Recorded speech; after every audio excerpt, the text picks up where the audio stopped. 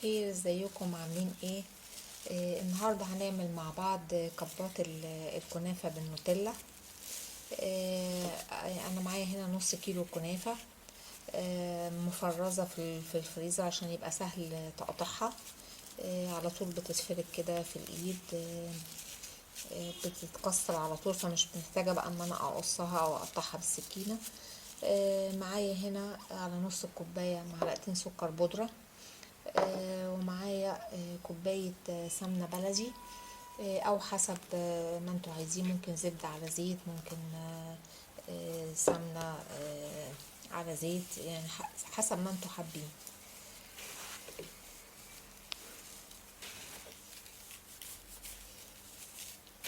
بعد ما بقت ناعمة بالمنظر ده هنزل عليها معلقتين السكر البودرة، وهنزل عليها بكوباية السمنة. هي سايحة لكن مش سخنة.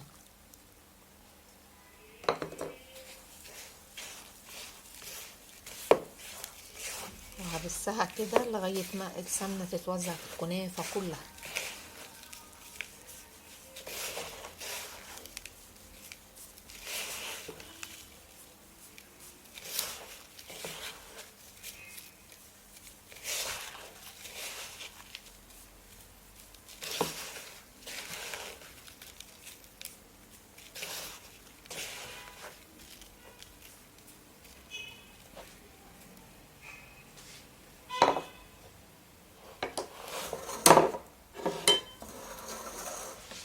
هبتدي اقسمها في الكبات بتاعتي.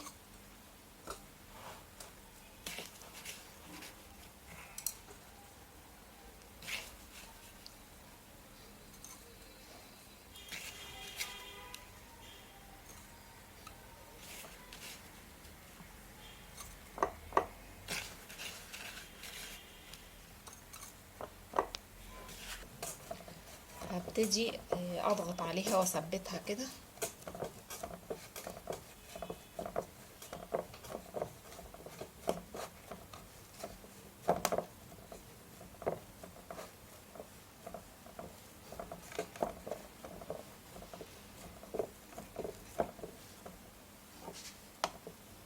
اضغط عليها الكوبايه كده، هثبتهم كلهم واحطهم في الفرن لغايه ما ياخدوا اللون الذهبي، وهنشكلهم مع بعض. خرجت من الفرن هبتدي اسقيها بالشربات، مش كتير لان هيتحط عليها شوكولاته، فانا مش عايزاها تبقى مسكره قوي.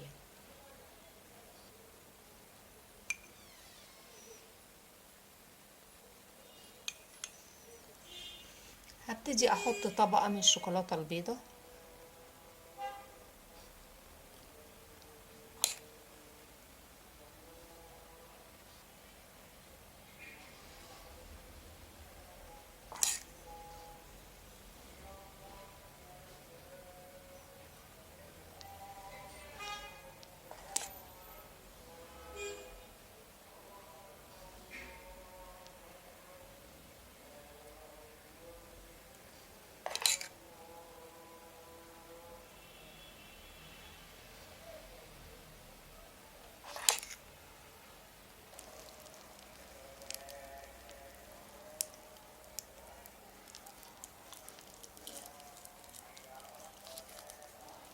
وهنبتدي نحط عليها وردات بالشوكولاته النوتيلا.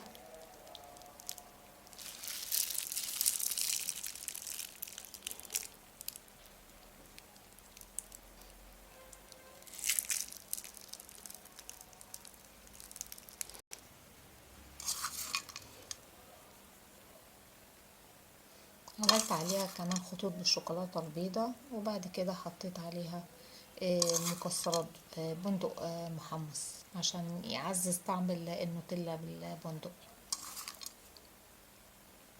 وكده ابقى خلصت وصفتي معاكم، يا رب تكون عجبتكم. هستنى تعليقاتكم ان شاء الله مع فيديو جديد.